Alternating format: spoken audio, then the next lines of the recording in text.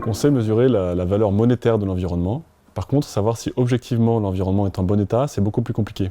Les données ne sont pas disponibles facilement, elles sont très dispersées. Les acteurs en charge de ces données sont très variés. Et en fait, il n'y a pas d'indicateur très performant pour mesurer l'état de l'environnement.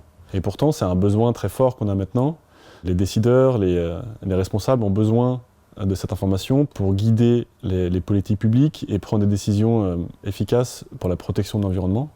C'est pour ça qu'on a voulu proposer un indicateur SGAP qui propose une mesure de la soutenabilité environnementale et qui représente ce gap, cet écart entre le bon état de l'environnement et l'état actuel. Cet écart doit permettre de mettre en lumière le chemin qui nous reste à parcourir et doit permettre de guider aussi les politiques publiques en faveur d'un bon état de l'environnement planétaire.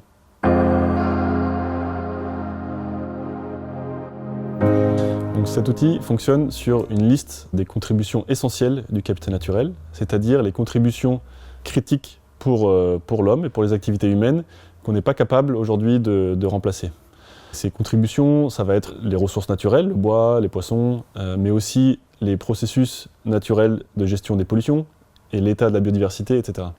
On passe au crible dans cette méthode l'ensemble des données disponibles sur l'état de ces composantes et on les agrège ensuite en 4 grandes thématiques et in fine en un chiffre unique qui va donner une vision très synthétique de l'état de la soutenabilité environnementale dans un pays donné.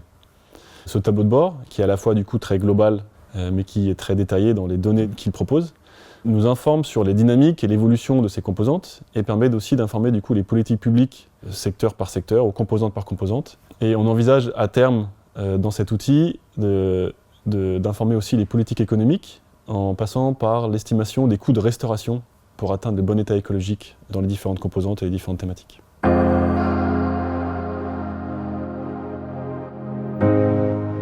On a réalisé un pilote en Nouvelle-Calédonie avec le WWF France qui a montré que l'application de cet outil est assez robuste et elle a permis en tout cas en Nouvelle-Calédonie de donner une vision d'ensemble assez précise de toutes les composantes environnementales du territoire. Les résultats montrent que sur 3 des 4 grandes thématiques dont je parlais, on a presque atteint la soutenabilité environnementale. Donc c'est le cas de la fourniture de ressources naturelles, c'est le cas de l'état de la biodiversité et c'est aussi le cas des contributions de la nature à la santé et au bien-être humain. Le calcul du SGAP en Nouvelle-Calédonie a aussi montré en revanche un problème au niveau de la gestion des pollutions et du niveau de pollution à la fois globale, donc les émissions de gaz à effet de serre et les pollutions locales liées aux feux de forêt par exemple. Et au-delà de ce constat, le cadre SGAP propose du coup une série d'indicateurs qui permettent un pilotage plus fin de ces problématiques et de les intégrer aussi dans l'ensemble des problématiques de soutenabilité calédonienne.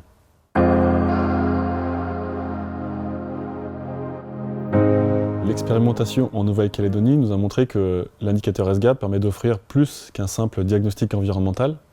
Il met en lumière le problème de disponibilité et de fiabilité des données environnementales. Donc en Nouvelle-Calédonie, par exemple, sur les 23 indicateurs de départ, on n'a pu en remplir qu'une douzaine avec des données de bonne qualité. Au-delà de ça, il montre aussi le problème d'intégration des objectifs et des cibles de bon état environnemental dans les réglementations et les politiques publiques. En Nouvelle-Calédonie, il n'y a pas de cible de bon état de la biodiversité, par exemple, dans la réglementation, ce qui peut être problématique. L'objectif à terme pour cet indicateur SGAP, ça va être de réintégrer la nature dans les réglementations, dans les politiques publiques, et de rendre ces standards de bon état environnemental plus tangibles, plus faciles à utiliser pour les décideurs, mais aussi le rendre disponible pour l'opinion publique.